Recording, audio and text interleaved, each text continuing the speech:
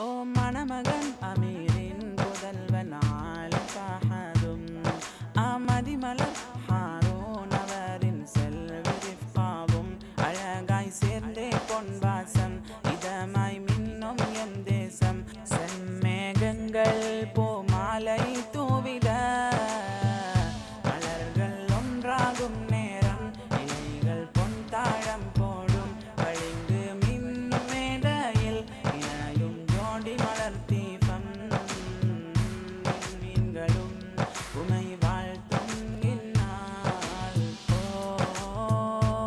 ஓ